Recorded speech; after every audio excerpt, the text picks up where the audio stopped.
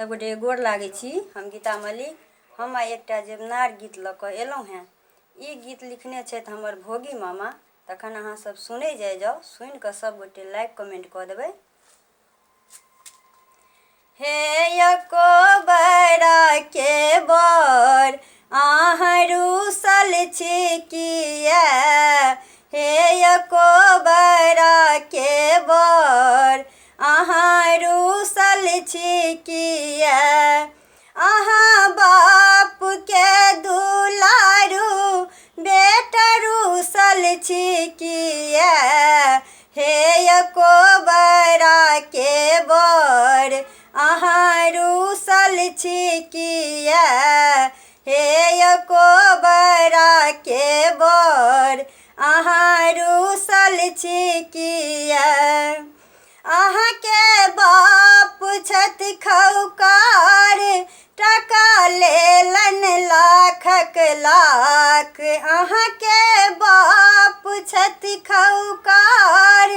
टका लेलन लाखक लाख, गेलथि घूमय लए बाजार अहाँ रूसल छी किया, हे एको बरा के बर अहाँ रूसल छी किया, रेडियो साइकिल कोना देब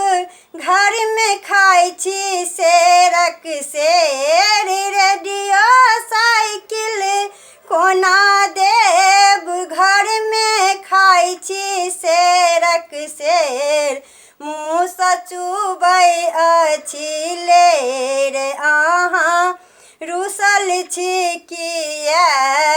हे एको बरा के बर अहाँ रूसल छी किया, बड़े रेडियो के शौख मारू का बछुआ पर झोंक, बड़े रेडियो के शौख मारू का बछुआ पर झोंक, गहना बहिन के पहिराएब अहाँ रूसल छी किया, हे एको बरा के बर अहाँ रूसल छी किया,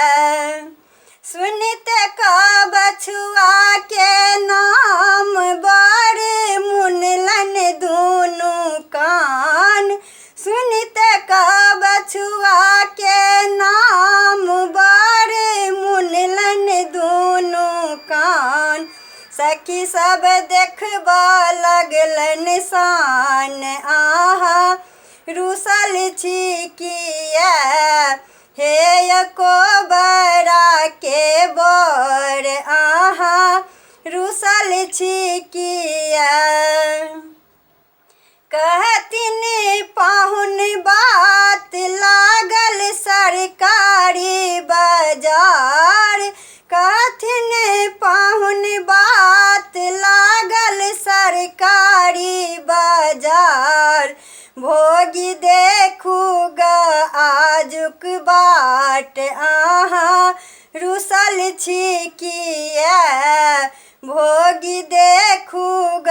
आजुक बाट अहाँ रूसल छी किया, हे एको बरा के बर अहाँ रूसल छी किया, हे एको बरा के बर अहाँ रूसल छी किया।